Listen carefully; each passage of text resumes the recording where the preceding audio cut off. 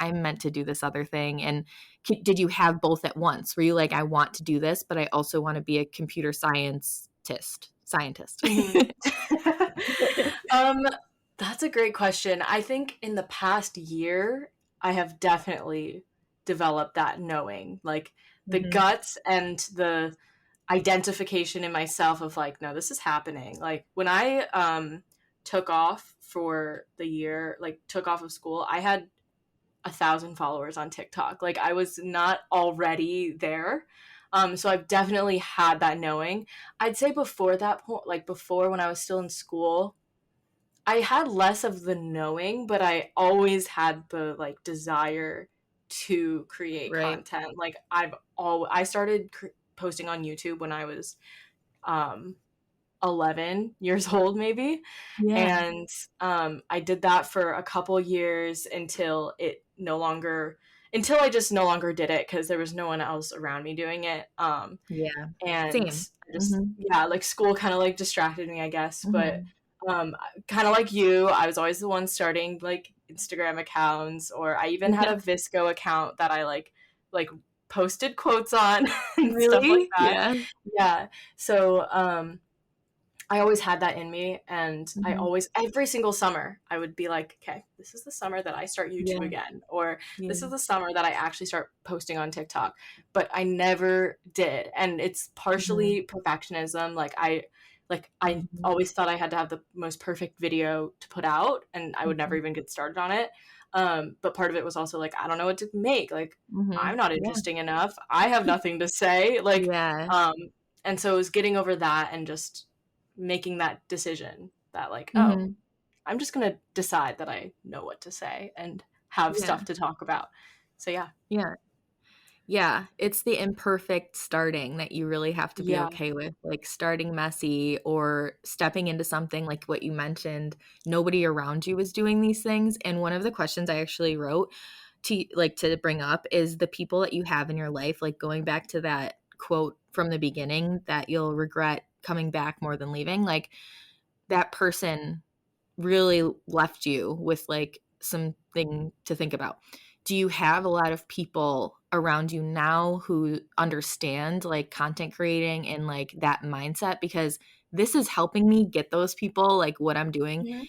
because nobody in my immediate life understands anything. I've been a freelance writer for several years and nobody understood that. And it's hard to kind of, I Yeah. don't know, like you have to really connect to the right people. So I think the people that are on your level as well as the people that are ahead of you. So are there people that you feel like are really important to you in your life, like immediate in person and online? Absolutely. I don't think I could do all of the things that I do now, or like have the mindset I do, without that sort of connection. Like I didn't even have the guts. I wouldn't have had the guts to take off the year or anything until I met some people last summer. Like that was my start. Like if I hadn't met a certain group of people, like I would not have Yeah. had any sort of audacity to do anything like this. It was mostly because they, like the people I met, were all like entrepreneurs that were trying to get into content, and I realized like, oh wait, I can help these people. Like I can help Mhm. them. Like this is an actual need out there. I didn't realize like being on Instagram was that desirable to some people, but like Mhm. at the end of the day, Mhm. personal branding can be really important or really Yeah. helpful for business owners and, you know, Yeah. entrepreneurs and things like that. So after meeting them, that gave me this like open mind of like, oh wait, like I have knowledge about this, I can help people with this, and then I can also create my own content. If everyone else is doing it, so Yeah. can I. And I have never met more aligned people since I started identifying that way. Like if I Yeah. wasn't Right. unapologetically saying, I'm a creator, I do this full time, Yeah. I strategize full time, like Yeah. until I did that, like now in New York City, especially since, which is where I Mhm. am right now, like Mhm. I've met so many creators, even Yeah. ones that I used to watch, like That's when I so was cool. younger and stuff like Yeah.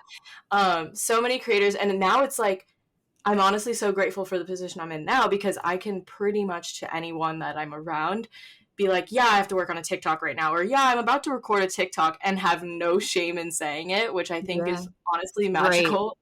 For So sure. yeah, yeah. Yeah, I think around people who don't get it, and obviously there's nothing like I don't think content creation is better or worse or whatever. But Hmm. people in my life like who don't understand it, it's almost like I want them so badly to understand it that I'm like annoying about it. I'm like, this is what I like, and like I kind of giggle about it and like give these like I don't know. It's something that I learned. I can't remember her name. Oh my gosh, she's like really popular in like mindset and stuff, but she said the first step to like manifesting on like a neurological level and Hmm. like using your actual like the actual science is to be honest with yourself and what do you really want? Like don't say something and like laugh about it. Like what do you really want? Do you want a new house or do you want the house on X street with X in the backyard and like just being completely honest because your brain is not going to believe you and it's not going to happen if you're not 100% honest. So it really helps to be around these people that understand it and you don't feel that shame or like silliness, like you said, about making a TikTok because Yeah. it's just something that a lot of people don't understand. And another thing that I wanted to kind of bring up is do you feel like your history on YouTube almost like maybe it's just subconsciously gives you the permission to do this. Like, I don't know if that makes sense. Like, you're like, well, it's something that I've always liked. Like, that's why I think that I can be. I just think it all actually comes back to like validating yourself. Maybe that's Hmm. what it is. I don't know. I struggle with that and imposter Yeah. syndrome.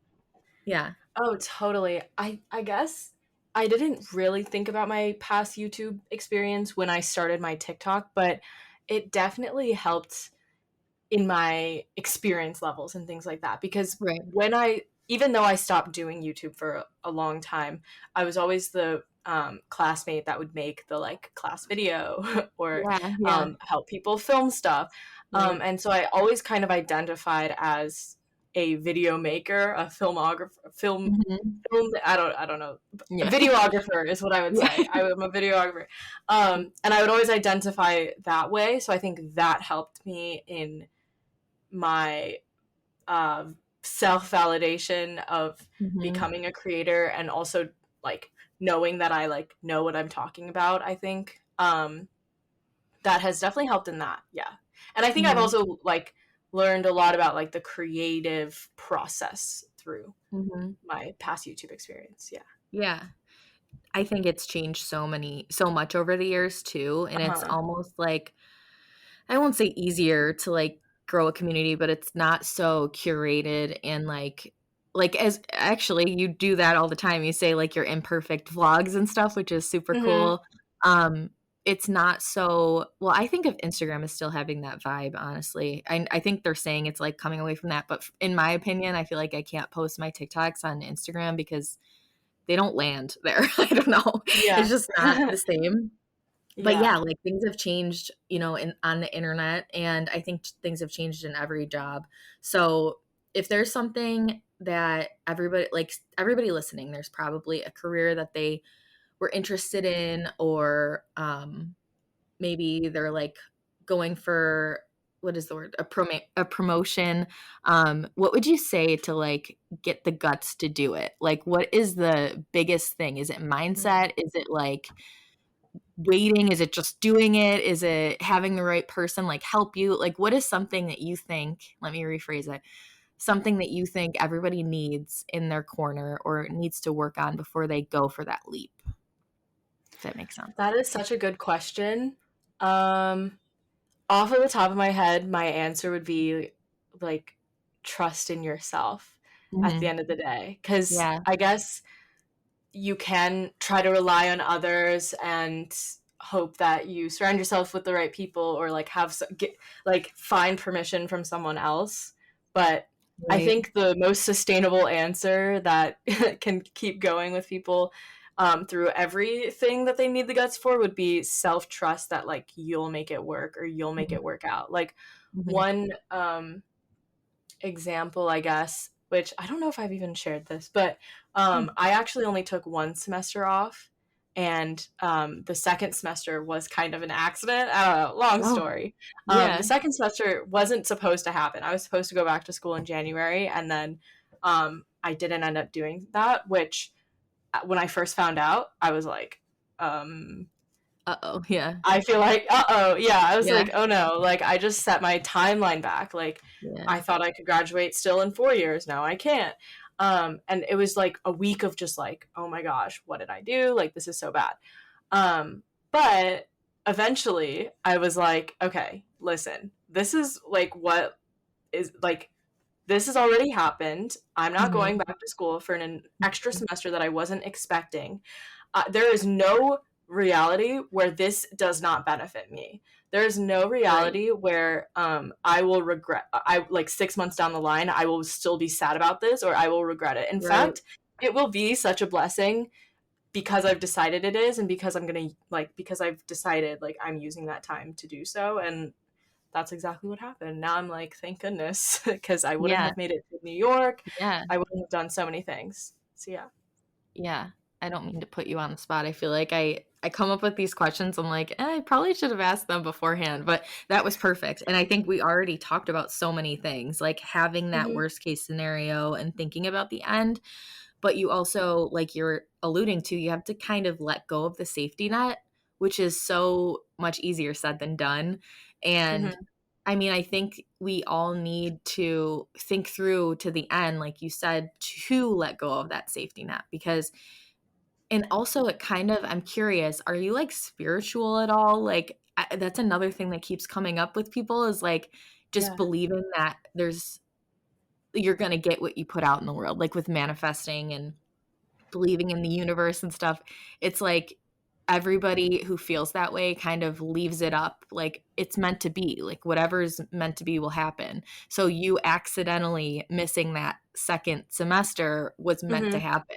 Or do you think of it more Yeah. like scientifically, like not scientifically, like analytically, and you're just more science based that you're like no. Um, I'm not like I don't know if I identify as like spiritual or anything, but I Mhm. do believe everything happens for a reason. Mhm. And if that's not even true, I believe that I can make that true. Like I will use my own perceptive skills to think about it in that way where it's like, oh, I'm like I will never have a regret because otherwise I wouldn't be here.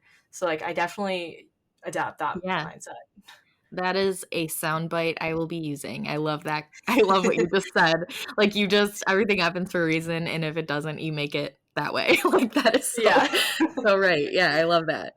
Um, and back to, like, being cringy and just starting before you're ready, like, I do see that a lot, and there's so many things to be said about that. Like, one of the Mhm. things that keep me going and not worried about being cringy is you look up to people right now, I'm sure. We all do. And like one person I look up to is like Demi Lovato. I mean, I always have. And like people that have gone through things who are in the spotlight, like actors, actresses is basically what I mean.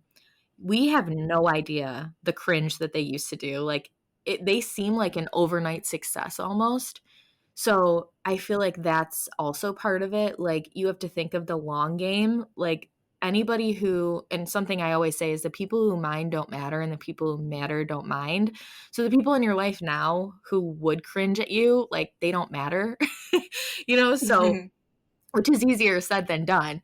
So how do you get past the cringy? Like I saw that you do a practice video to kind of get more confident with what you're about to say. So you kind of help yourself get a little bit more articulate, but still putting yourself out there is so hard. And I think we Mhm. can all, we can all resonate with that no matter what kind of job we have, or maybe it's even in dating, like putting yourself out there on a dating profile or going for a job that if anybody knew they'd be like, is she qualified for that? Like how do you end up getting yourself to actually put yourself out there? Yeah. I guess a couple points. First of all, with the acting, like the actors and stuff in the spotlight, like Mhm. at the end of the day, and this is no hate to theater kids at all, but like at the end of the day, they were all theater kids once in like high school and middle school when that is something that people would make fun of. And guess what? they all stuck with it and are now so much more praised and like looked up to, right? And it's like, at the end of the day, you have to go through that like awkward phase of like, like, I hope no one sees this. Like,